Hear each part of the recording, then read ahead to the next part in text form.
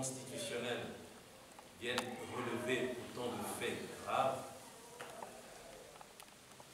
et qu'on puisse penser que le peuple, une fois encore, va rester silencieux et qu'on va très vite tourner la page de ce rapport, je pense que cela est impensable, cela est inacceptable. Si on fait le compte, je ne sais pas combien d'organisations on est un peu moins d'une vingtaine. Au Togo, nous sommes plus de 8 millions.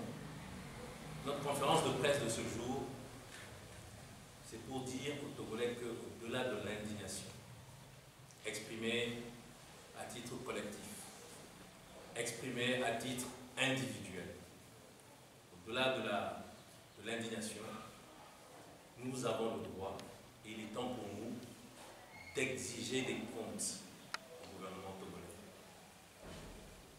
Le peuple togolais doit exiger des comptes parce qu'il en a le droit.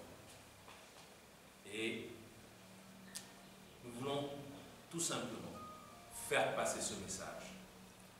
Le samedi 1er avril 2023, dans un peu plus de 3 semaines, tous ceux qui se sentent indignés à titre individuel, toutes les organisations, qu'elles soient politiques ou non, qu'elles soient de la société civile ou non, qu'elles soient religieuses ou non, tous ceux qui se sentent togolais et qui pensent que, une fois encore, ils ont été floués par ce pouvoir, nous demandons à tout cela de mettre de côté leur programme habituel et de se retrouver au lieu qui sera indiqué, parce que pour le moment, nous n'avons pas indiqué de lieu. Nous avons retenu une date, mais nous n'avons pas encore indiqué de lieu. Nous demandons donc à toute la population togolaise, il n'est plus question de s'indigner tout seul dans sa chambre, il n'est plus question de s'indigner tout seul face à son smartphone, mais il est temps que l'on se rejoigne tous en un seul lieu pour montrer au pouvoir notre ferme volonté d'obtenir gain de cause par rapport à cette affaire de Covid-19. Nous nous sommes saignés. Nous avons perdu des enfants. Nous avons perdu des parents. Certains ont été tués par les forces de défense et de sécurité. Certains ont été tués par la maladie. Certains ont été tués par la faim. Il est inconcevable que dans une telle situation, des Togolais pensent qu'ils ont impunément la possibilité, une fois encore, de prendre les deniers publics, de se les mettre dans la poche et de nous demander circuler, il n'y a rien à voir. Trop, c'est trop. Le gouvernement, dans le traitement qu'il fait de ce rapport, veut très vite tourner la page. C'est le sentiment qu'on a à travers ce communiqué que vous avez rappelé, à travers la sortie parlementaire de quelques ministres.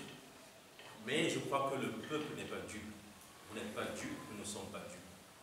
Nous avons écouté les explications des uns et des autres, et j'avoue que personnellement, j'ai eu du mal à trouver un fil conducteur dans les différentes explications qui nous ont été données. Il y avait très peu de cohérence, très peu de logique, et je pense que les économistes que nous connaissons et qui sont avec nous auront la possibilité certainement de démontrer que ces explications qui ont été données ne se basent sur rien de vraiment consistant.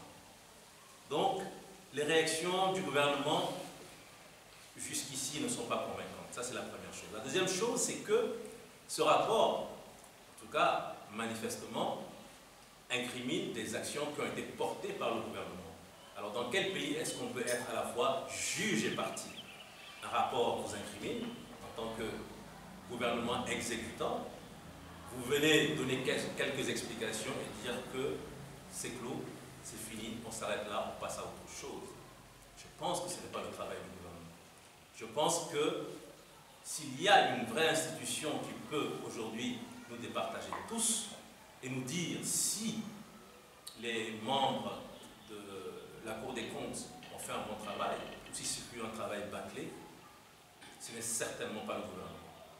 Il y a au moins l'institution judiciaire qui doit faire un vrai travail d'investigation et revenir pour dire si effectivement ce qui est dans le rapport est vrai, et dans ce cas, il faut situer les responsabilités et éventuellement des sanctions, bien sûr, ou si ce qui est dans le rapport de la Cour des comptes est totalement faux, et dans ce cas, il n'y aura pas de poursuite. Vous nous avez demandé si nous sommes convaincus de la portée de nos actions. Nous sommes des organisations de la société civile. Et c'est pour ça que tout à l'heure, j'ai pris la parole pour rappeler une chose. Aujourd'hui, je crois que tous les Togolais se sentent indignés sans exception.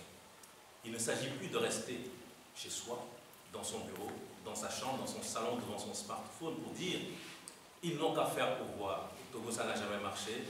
On verra bien ce qui va se passer. » Nous n'avons aucune force. Nous avons cette possibilité de faire des analyses.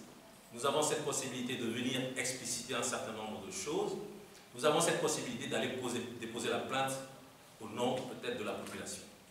Mais au-delà, si nous voulons que pour une fois, le gouvernement prenne en considération ces quelques actes, ces quelques petits actes que nous allons poser, il faut vraiment que ce gouvernement sente derrière nous cette vraie pression populaire. Je ne vous le cache pas. Si nous allons au meeting du 1er avril et que nous sommes une centaine, que personne ne vienne ensuite s'étonner du fait que le gouvernement a voté en touche, le procureur n'a pas poursuivi l'action en justice et que, bien sûr, l'action n'a pas porté le fruit.